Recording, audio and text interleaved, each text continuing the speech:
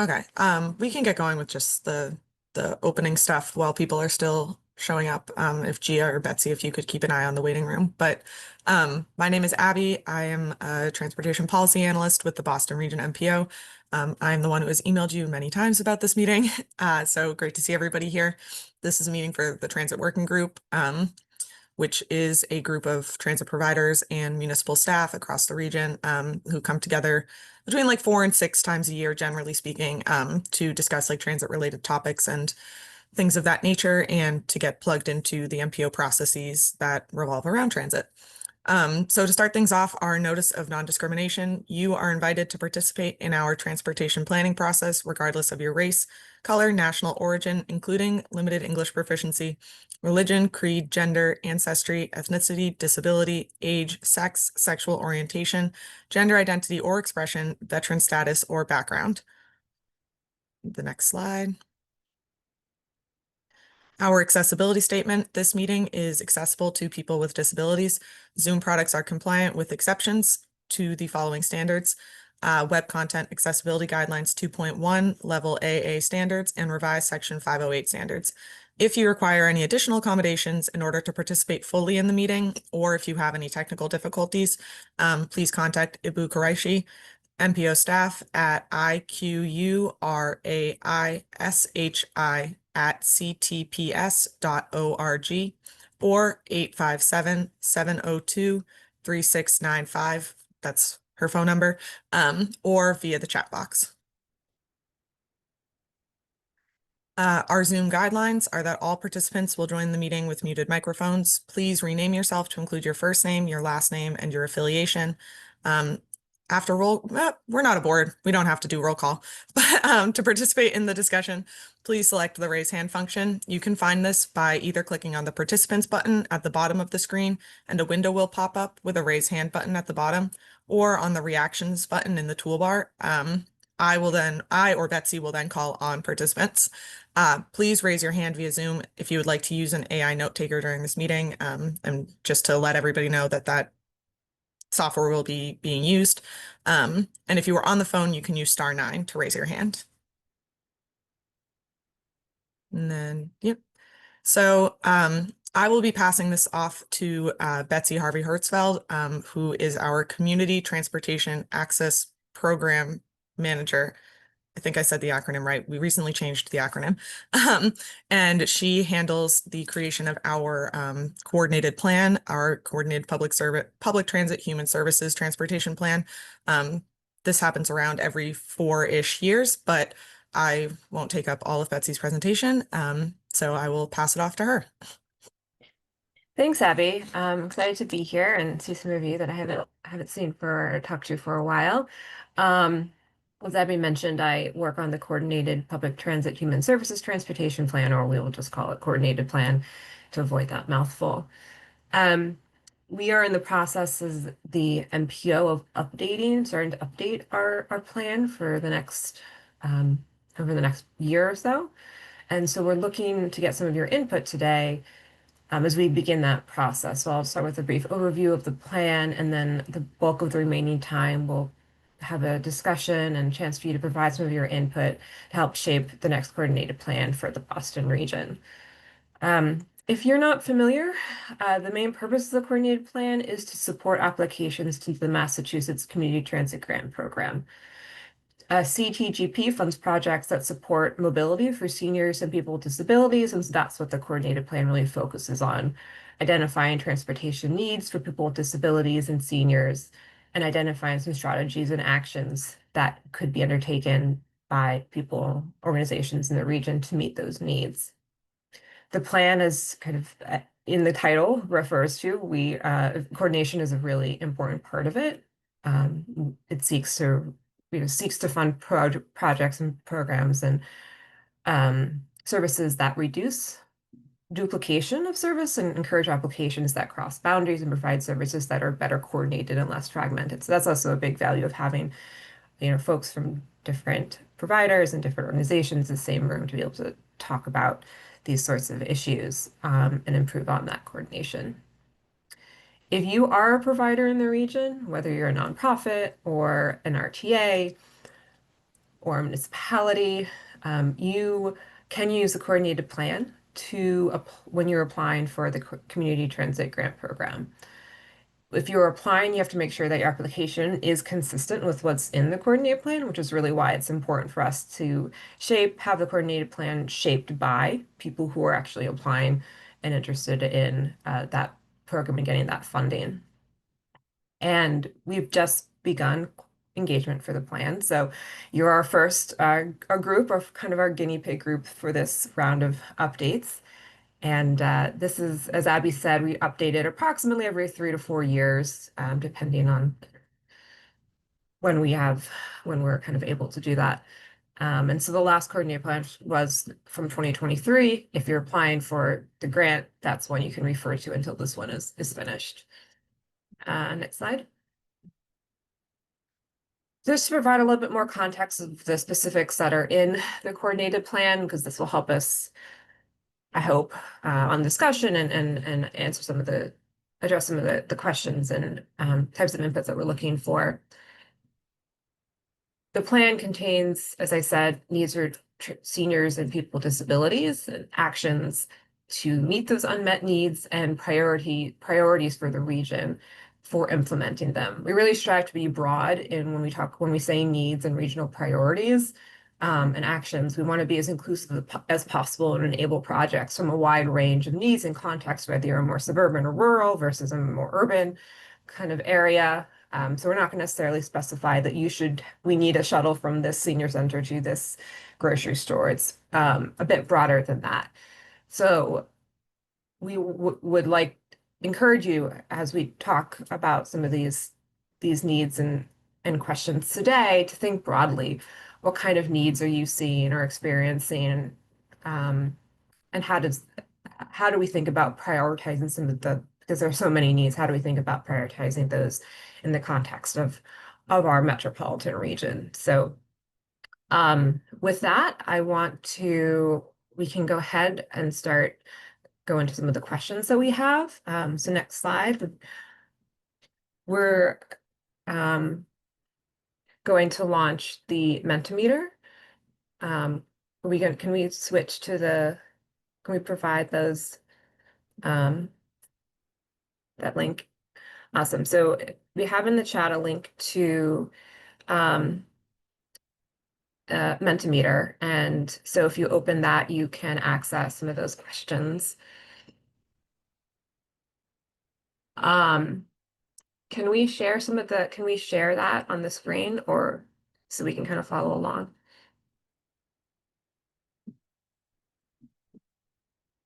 Thank you. Is everybody able to access the Mentimeter questions? You can either go to the link, or you can scan the code with your phone.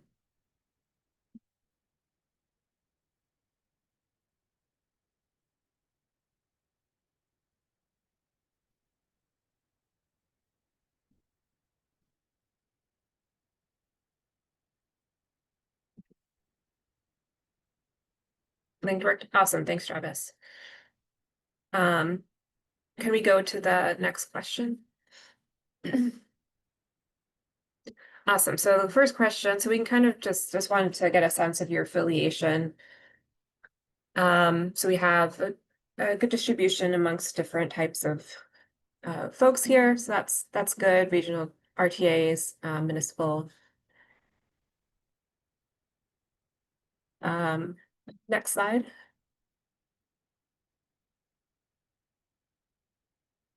So as we're going to the next slide, the next question, which of these unmet needs would you prioritize? We have expanding existing or creating new transit services, better coordination among existing transit services, maintaining transit adjacent infrastructure such as sidewalks, providing education or training, providing affordable transportation options, and transit operating challenges such as driver shortages. So folks want to go ahead and also answer those questions. Anyone having trouble getting to the next question? All right, there we go. It's updated. Awesome. So we'll go ahead, we'll talk about some of these afterwards. So I just wanted to, we're going to go through the questions and we can go through and kind of discuss how, what you answered. Yeah, Susan? Hi, I apologize. I didn't realize there was a meeting today and just saw Oh yeah, your no notice problem. of this. So I'm not sure I can really stay on, but what is this in regards to?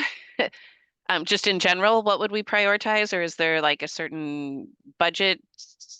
I don't know. Can you give just like a one sentence background on what this is? Yeah, of course. So just broadly speaking, no budget, just in terms of what needs that you kind of see among for transportation for seniors and people with disabilities.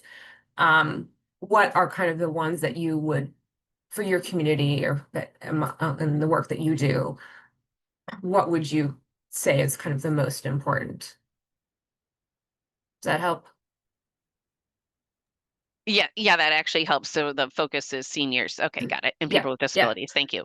Yeah, thanks. Yeah, so all the questions are in reference to needs for seniors and people with disabilities. So these we pulled from the last coordinated plan, some of the categories of unmet needs that we found. And so we're interested to understand, are these still needs that are in the region or that you see? And kind of what are the ones that are kind of still stand out as being important? I mean, they're all important, but kind of more important. So we see that better coordination among existing trans services. We see that a lot, definitely rises to the top. Um, but a lot of the other ones are also quite important as well. All right, I think we can go on to the next question.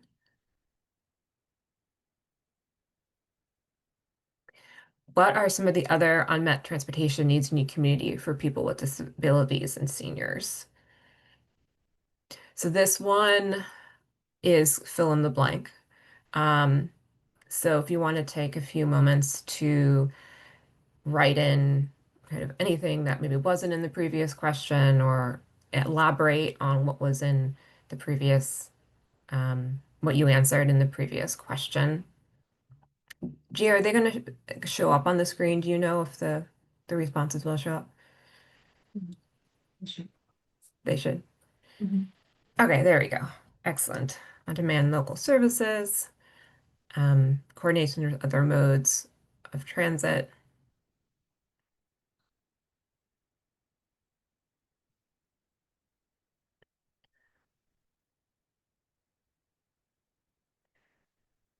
I'm curious with the on-demand, is that whoever put that, does that refer to like microtransit, that sort of thing? Is that what you're thinking of?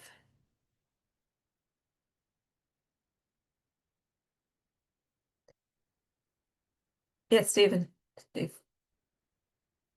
Yes, I was thinking that usually any of these for seniors and disabilities, you have to do things way in advance, Mhm. and makes sense if you're doing something out of town, but if you're just doing something locally, and then there's no other on-demand service in the town, then you're kind of out of luck, and you just have to do everything just way in advance quite often.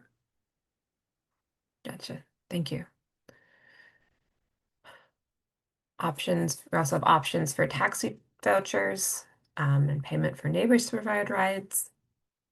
People who don't ride, who aren't eligible for the ride may not always be able to take transit. So I've definitely heard that that's a kind of a gap of um, kind of between the ride if you're not eligible, but then you still can't take transit, regular fixed route transit. How do we provide those sorts of services to folks? Yeah, Sheila. Thank you. The taxi vouchers, we try to do them here in Wellesley. There's not a good taxi service left anymore. Mm. It's part of the issue. I've heard, just to follow up on that, and then I'll get to you, Travis. I've certainly heard of towns going to Uber or Lyft kind of as a replacement for taxis, and I'm wondering if there's any barriers to that or hesitancy in those instead of taxis. Yeah, that's a good question. We just started that conversation, so I can't tell you. Okay. Yeah, I'd be interested to hear if other folks have had that, made that transition or used Uber or Lyft and what that experience is like. Travis, yeah. Yeah, so I put that options for taxis and I suppose the question was unmet needs, but I just from my experience of talking to folks around the region is there's always unmet needs for all types of trips. Usually it's trip type, time of day, and of course distance or destination. That just no matter what how many services we put out there, there's always some kind of unmet needs. So having some options where it's like if someone has like an ability to do a certain number of trips, that are paid, whether it's you're giving like a mileage reimbursement to a neighbor or taxi vouchers, and I hear the concern or the about taxis and limitations. So I use taxi in a very broad sense. It could be ride hailing, could be others. I know Sudbury and some others have been successful at using both taxis and ride hailing, and even for some trips where the person might need assistance. So that I just wanted to put a little more clarify why I mentioned that. That's all. Gotcha. Thanks, Thanks. Travis. I appreciate that. Yeah. Susan. Yeah, just a suggestion for Sheila and I guess anyone else. So I would reach out to your regional transit authority. So, in Wellesley, you have Metro West RTA. They do provide transportation for seniors and people with disabilities. They have on-demand transportation. They also have Dial-A-Ride. So I would highly suggest that instead of councils on aging doing their own separate transportation services, as much as possible, reach out to your regional transit authority and see if there's any way you can work with them. Also, I know most of the funding sources for these types of programs, they want to see that you're actually coordinating with your regional transit authorities. That'd be my 2 cents. Thanks. Thanks. Yeah, Susan hits on a really important part of the coordinated plan and also of the more broadly the CTGP grant is the coordination of services. If you do apply for that for that funding, they really encourage and score more highly projects that coordinate with across boundaries or between organizations. And that's kind of, like I said, one of the big purposes of the coordinated plan, to think more broadly about how we can connect services and reduce duplication so that we're being more efficient in providing people. That may not always be the right solution, but it's often it can be very helpful in reducing costs and improving efficiencies. Steve? Well, building on what Susan said, if you're not in the Metro West and you're in the or in CATA, that's it. The whole rest of the MBTA service area, that a regional transit agency is the MBTA, who does not have the means now to do any of these things. So you're out of luck, and I think that's a basic problem that we have in the MBTA area is the MBTA doesn't really get, other than beyond just the ride itself, the MBTA doesn't get involved in any of these things. So if you're not in Metro West, you're just out of luck.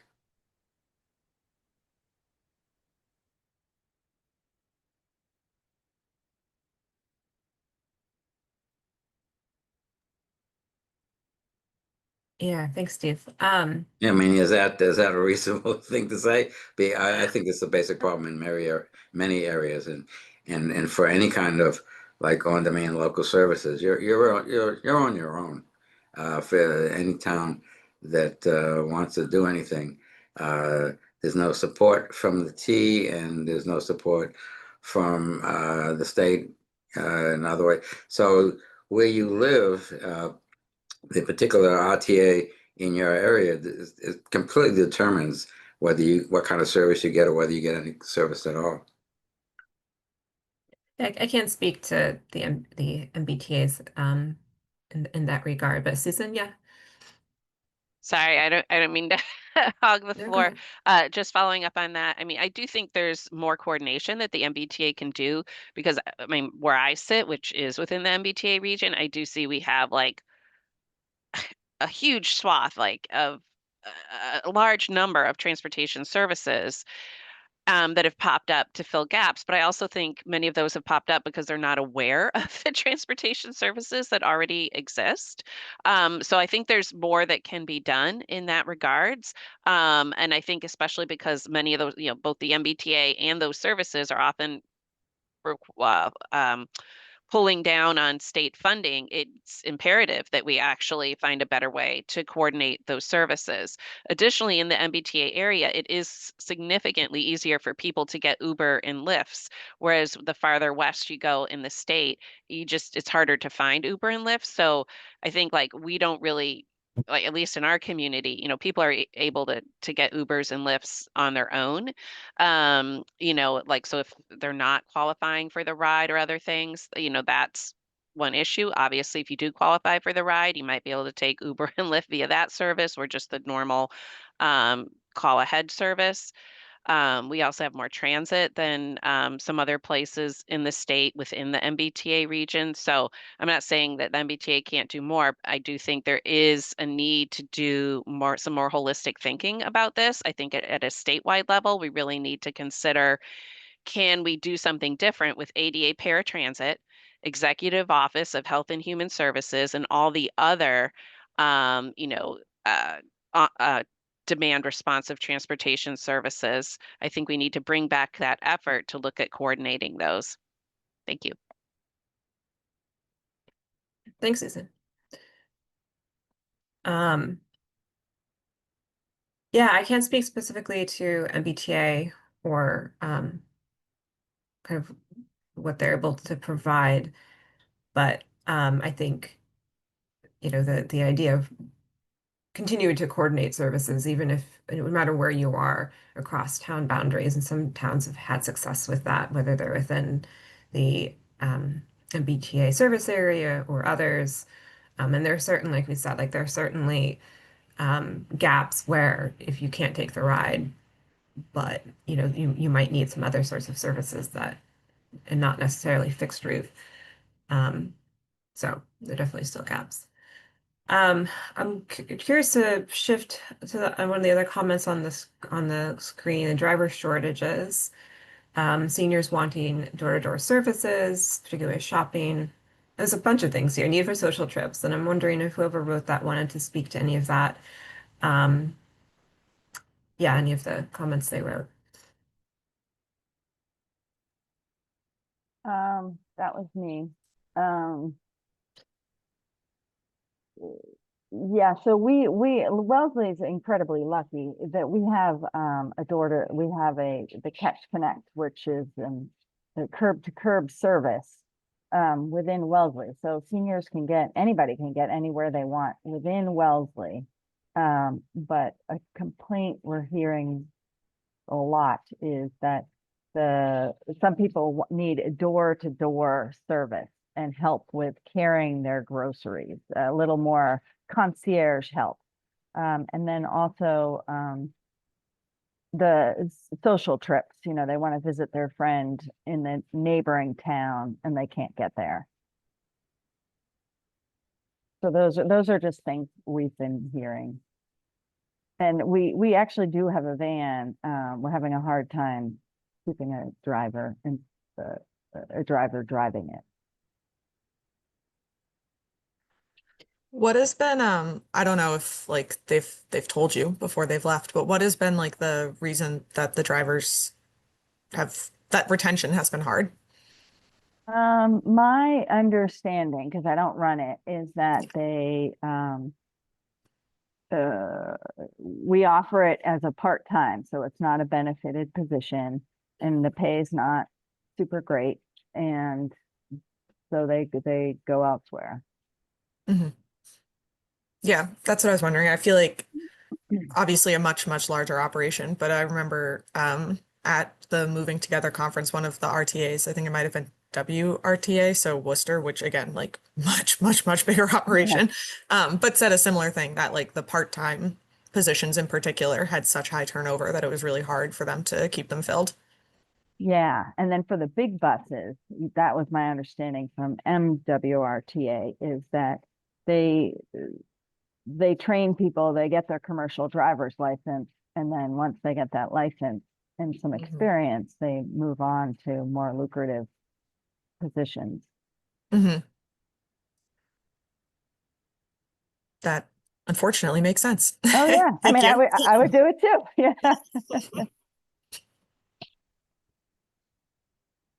Yeah, it's something we've definitely heard in the last couple iterations of the coordinated plan. So it doesn't seem like it's going away as an issue, unfortunately. Mhm.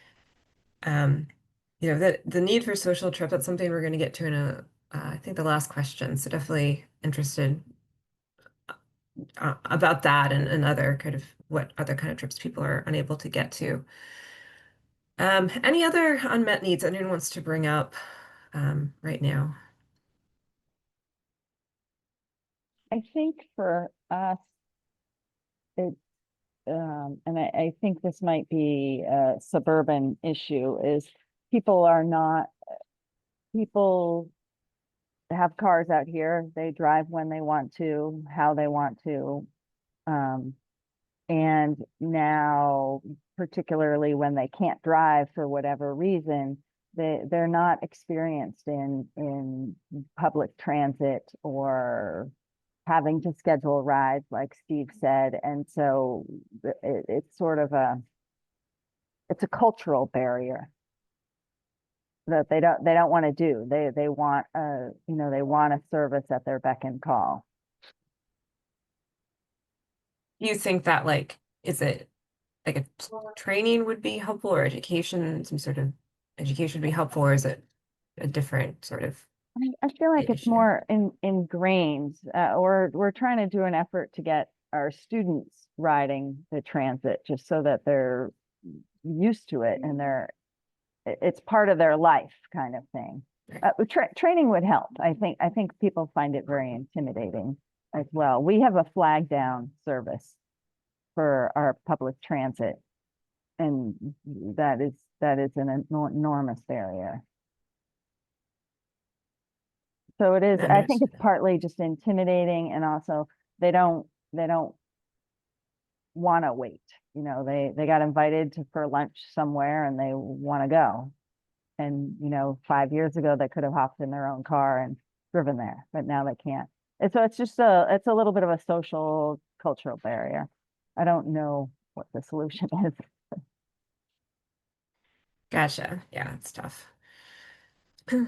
Any other needs anyone wants to bring up?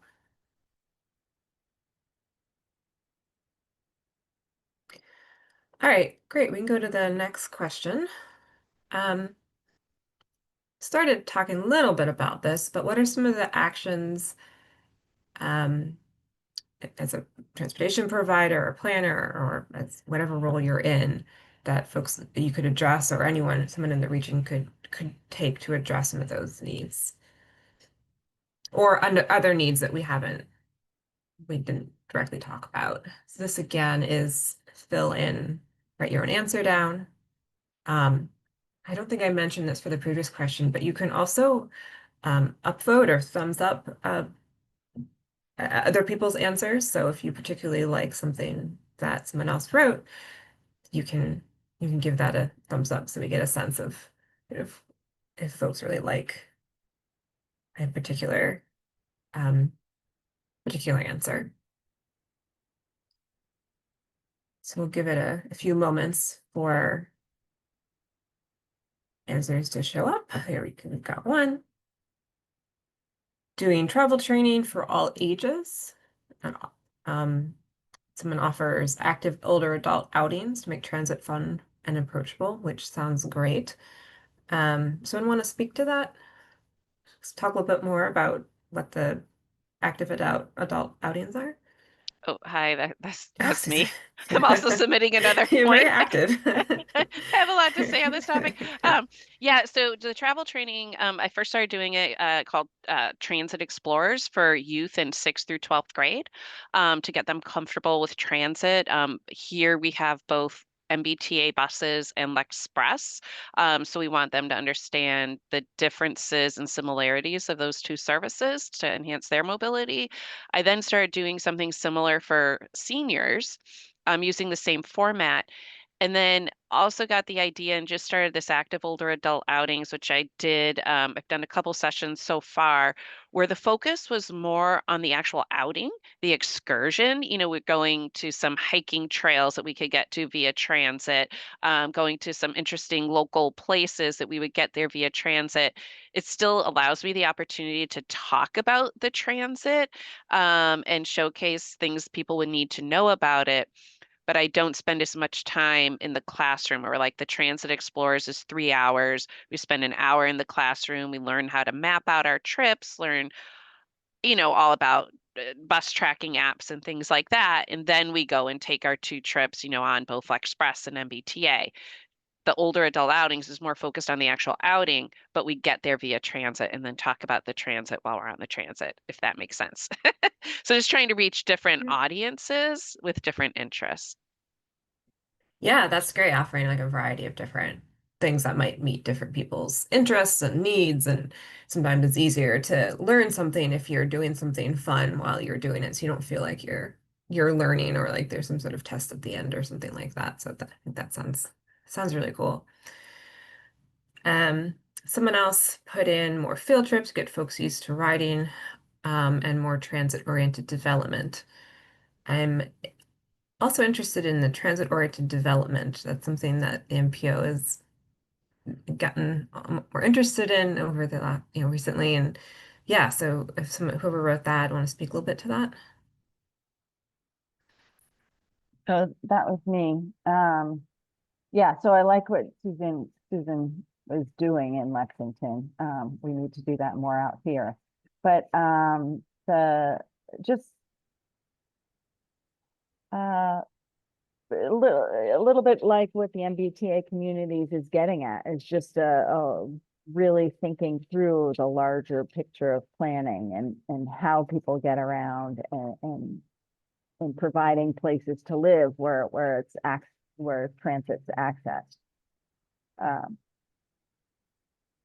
Because frankly, Wellesley has some great commercial nodes and they're set up well to expand on that idea, but the residents aren't quite there yet. To let go of some of the single family homes that are around around the train stations. I don't know, just the general idea of it makes sense, but it's slow in coming.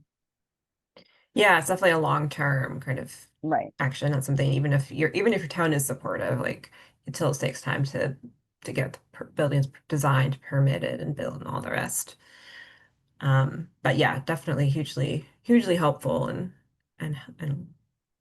Yeah, in fact, if I critical. can add, because you guys have probably seen it in the news, the state, if the state disposes of land for the purposes of housing, a developer can build at a minimum of 4 units per acre, which is not very dense. And so that's happening in Wellesley, which is great. However, it's in a spot that's not really transit oriented. And so it's just unfortunate because we're tackling one problem, but will exacerbate another problem later on after it's built. Yeah, stuff. Thanks, Sheila, for bringing that up. We also have a comment that says we should look at vast resources spent on school only transportation to see if some of those resources could be better utilized to enhance transit that all can use and grow transit culture. Yeah, that's something I've heard talked about a lot. I'm not sure to the extent to which towns have made that happen. I think some are definitely trying. Does someone want to speak to that comment? Sorry, that's me again. Yeah, it's something that I'm certainly very interested in doing. This is an idea that came up in a transit study recommendation for us.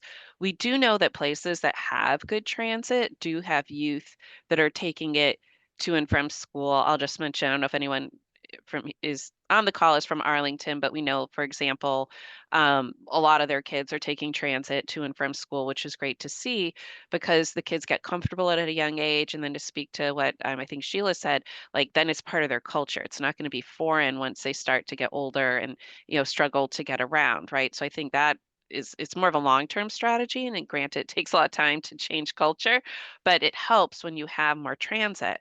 But one of the biggest challenges is that so many of the communities don't have great transit, particularly when you get out on the urban fringes, right? And so that's the challenge.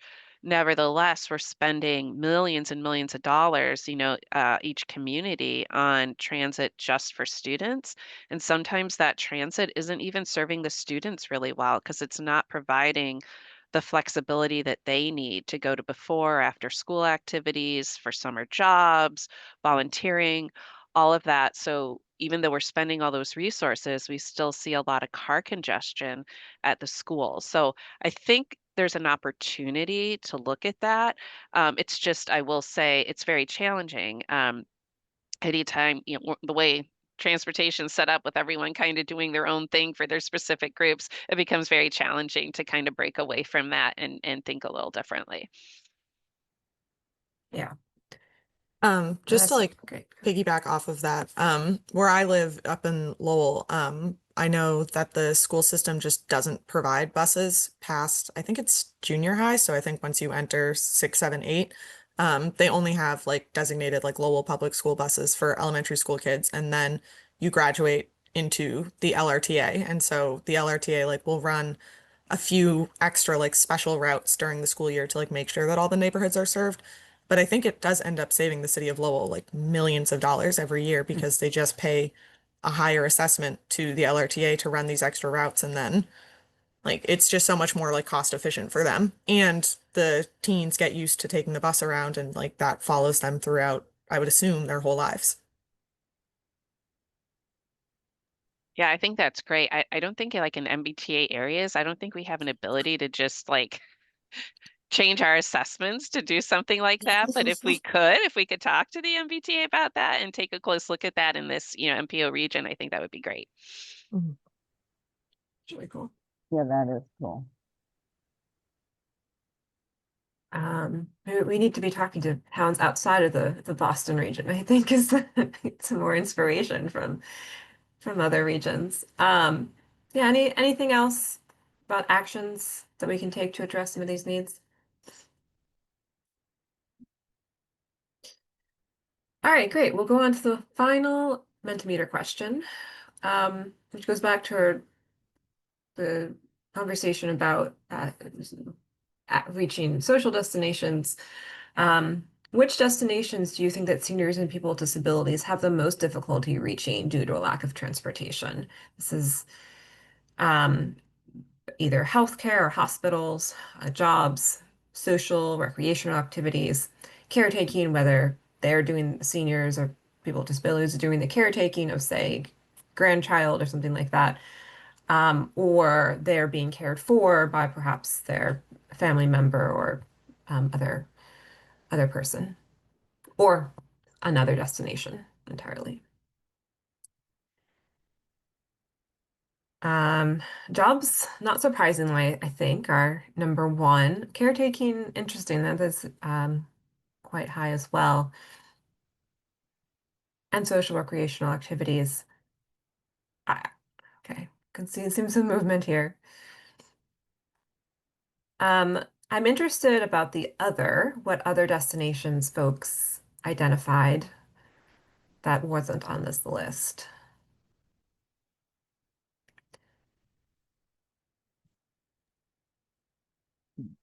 School.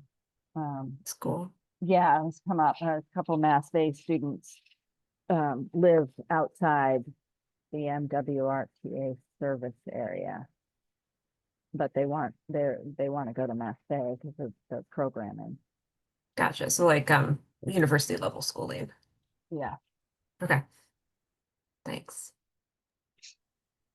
I thought when the other popped open, there'd be a box where you could explain it. So I I was wish there just was an option. I was Unfortunately gonna not. explain more about the jobs part, because I did put that first, because it if you're, you know, if you're still working and you're a senior or you have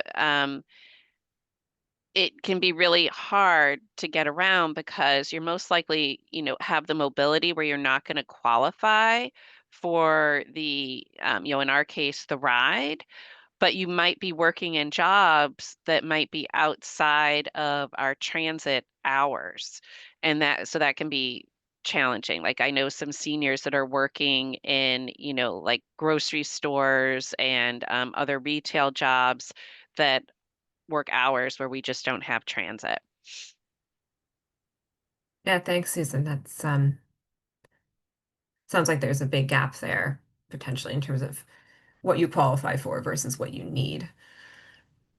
Travis. Yeah, I just want to echo that the other is kind of like the nuances, and when there's not the ability to get to the destinations maybe just outside the service area or the service hours or things like that. And you can get to a job, but you can't get home from a job, or um, things such as that. And then that's kind of like where I was thinking of where I kind of jumped ahead on the whole trying to find creative ways of people to maybe get Uber, Lyft, taxis, or mileage reimbursement as a way to do that when you're just like you can get to maybe almost there, or you can get there but not always at the times when services are available. Uh, it, if you do have ideas, I don't think we have another slide for question for days for addressing these needs. Certainly happy to hear them as well. We're taking notes. So. That goes for everybody if you have thoughts.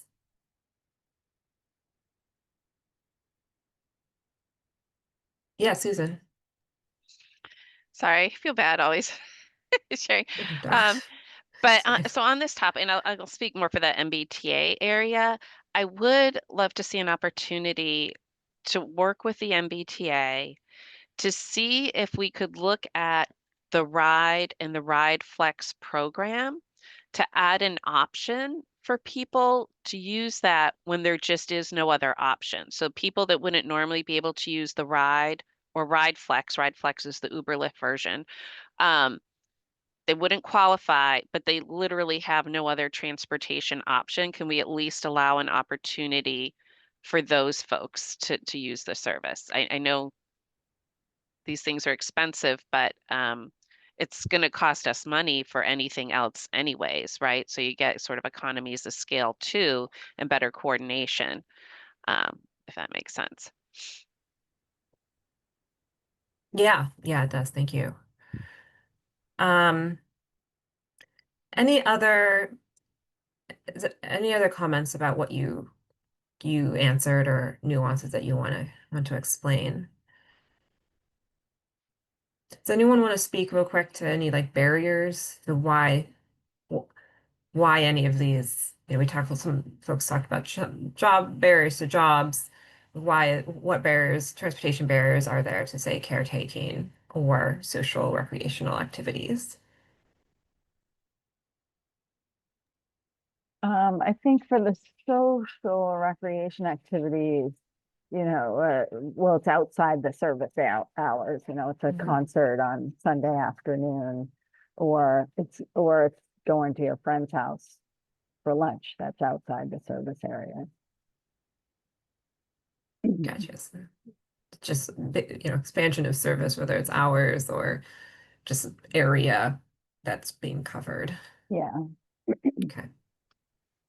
Because I feel like a lot of the social stuff happens, or the concerts and those sort of things happen on the weekends. Yeah. We've heard that kind of expand, limited hours or service has definitely come up year over year as we've done these plans. I hear that. Any other final comments for this question? Yeah, Susan. So during COVID, the MBTA allowed caretakers to use the ride to get to the people they take care of because so much of the transit had been shut down. And I do wonder, again, kind of going to my earlier comment, if again, if we can just think about, folks when they really don't have access to transit, but they can't qualify for demand response services generally, can we allow them the opportunity to participate in those programs? Particularly when it comes to caretaking, you're usually often working in people's homes, which aren't always going to be in your busiest transit corridors. So I think that's something maybe worth looking at again. Yeah, thank you. I don't think we heard a lot about that in previous iterations of the coordinated plan, so I'm glad this is coming up. All right, we're gonna exit the Mentimeter now and go back to our regular slide deck as that happens. Just give us a moment. There we go. Go to the next slide. Those are just the questions we went over. In the last couple of minutes before we wrap up, any thoughts about how coordination can be improved between services? That's something that we touched on a little bit. And what resources might be needed to do so, not just new services or expansion of existing ones, but actual coordination. What are some of maybe the barriers or what could we do to kind of improve that coordination that we all know is so important? Or what would you need in order to do that? Len, yeah, go ahead. Yeah, thank you. So sorry, a bad. I'm not in a position to really turn on my video at this point. So I'm curious as to what kind of communication is there between services at this point? I don't. I suppose that depends on individual services and how whether they talk to each other. Yeah, Susan. Right. Or did you want to follow up on that? Continue. Well, it's just that because I think the way to get coordination is like we got to communicate with each other, right? Yeah. And so I mean, if we're not communicating with each other, then it's going to be hard to coordinate. And I know it's kind of like a basic question, but it might be that we're taking for granted, that the services are communicating with each other. If we kind of maybe got people in a room, like maybe in a transit working group for the Boston region, to we talk with each other and find out like what it is that they can do, what it is they can't do, then it might help us, at least take the first steps towards better coordination. So that's it. Thank you. Yeah, that's an excellent point. Communication is just so basic, fundamental that, yeah, it's easy to forget. I think Susan was next and then Sheila. So a couple things on this. I think one thing is, a number of years ago, 2011, Governor Patrick established a commission for the reform of community social service and paratransit transportation service in the state. And then, when he was no longer governor, that effort went away. I'm not sure how successful they were on this, but the whole idea was to coordinate all these demand responsive services. I think that effort is still worth pursuing. In the meantime, I do think there's an opportunity for each of our 16 transit authorities in the state to reach out to all the transportation providers that are within their service area to find out how they could better coordinate services. There's just so many people providing transportation services, and I really think we could come up with better, more coordinated service if people were actually directly coordinating with their transit authority. Where can the transit authority actually start providing that service? When does it make sense to have other people providing the service? I think one of the challenges, I guess, to address maybe Len's question, the services that sometimes spring up are often provided by people that don't really have like transportation is their main role, right? Like it might be a senior center that then provides, the van. And so they don't necessarily really have the time to focus on the big transportation picture. So I think the more that people with more of that transportation focus could take the lead on this, bring us in, bring all the players in, they have a really important voice to share and constituents to represent. But I think having it led by folks in the transportation realm would, I think, be helpful. Yeah, thanks, Susan. Sheila? Yeah, I just wanted to give a kudos to Quick, Zane MW. Mark.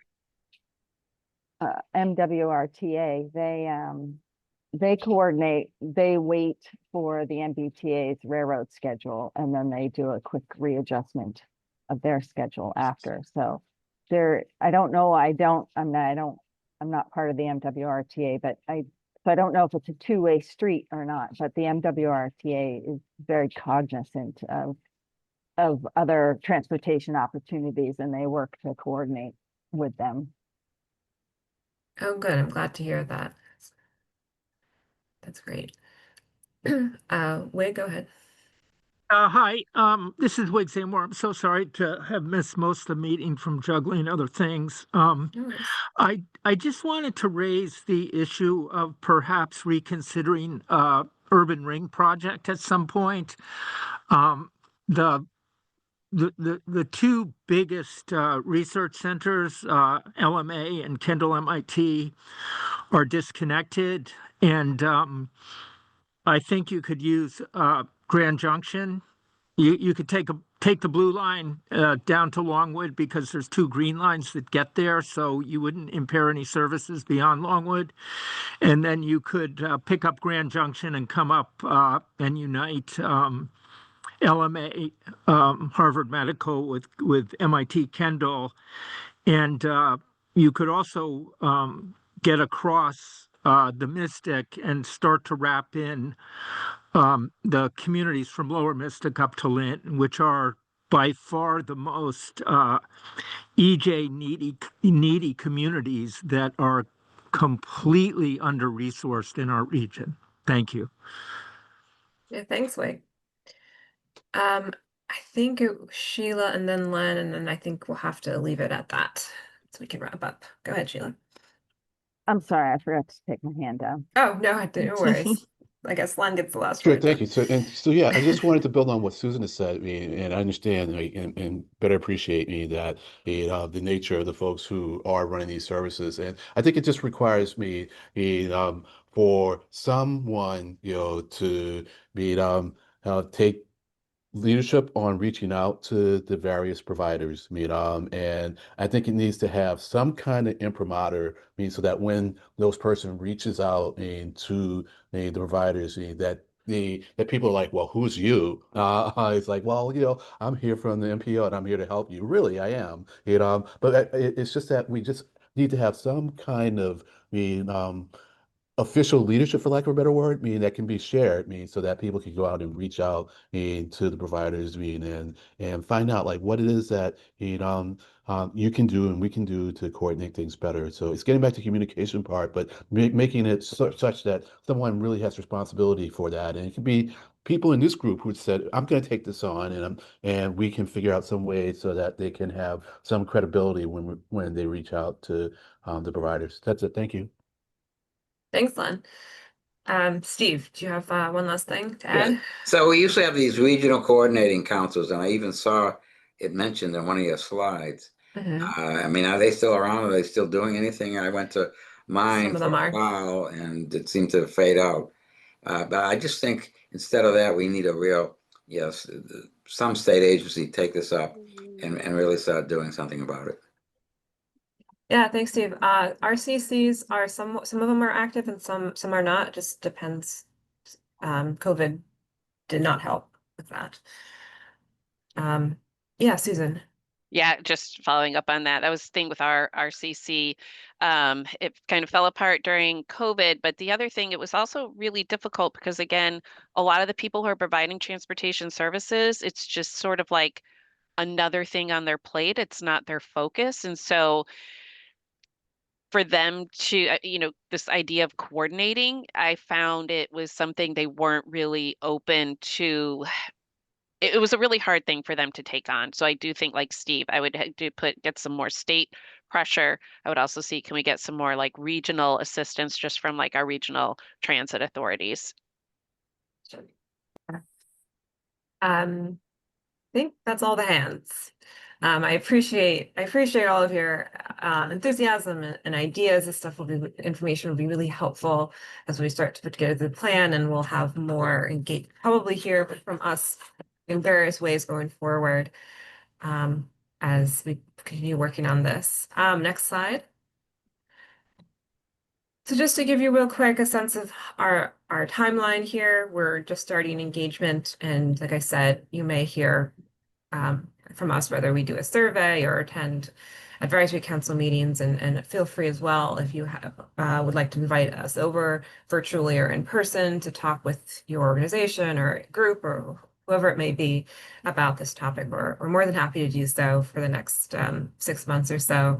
And we anticipate adopting the new coordinated plan in the fall of 2026. So continue to use the existing 2023 one if you're working on any community transit grant applications.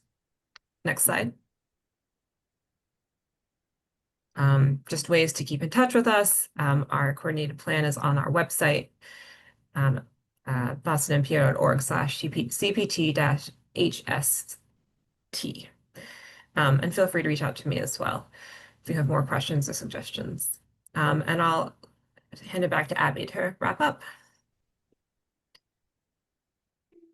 Yeah, so thank you, Betsy. Thank you to everybody who participated. I think we got a lot of good info. Again, a lot of it is stuff that we've all known, like all 23 or 24 of us have known for a while, our issues, but it's always good to, like, I don't know, every couple of years, new things come up. Every couple of years, like there are new services that have been launched and like new people to fold into the conversation. So I don't know, I really appreciate everybody sticking around to talk about the challenges they've been facing for the last hour.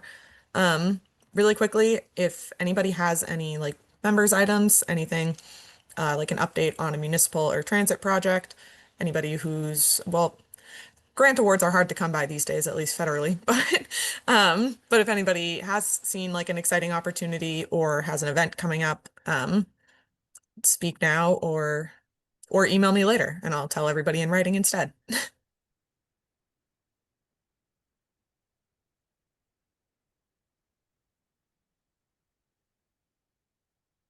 Yep, no problem. If anybody does think of anything, just let me know.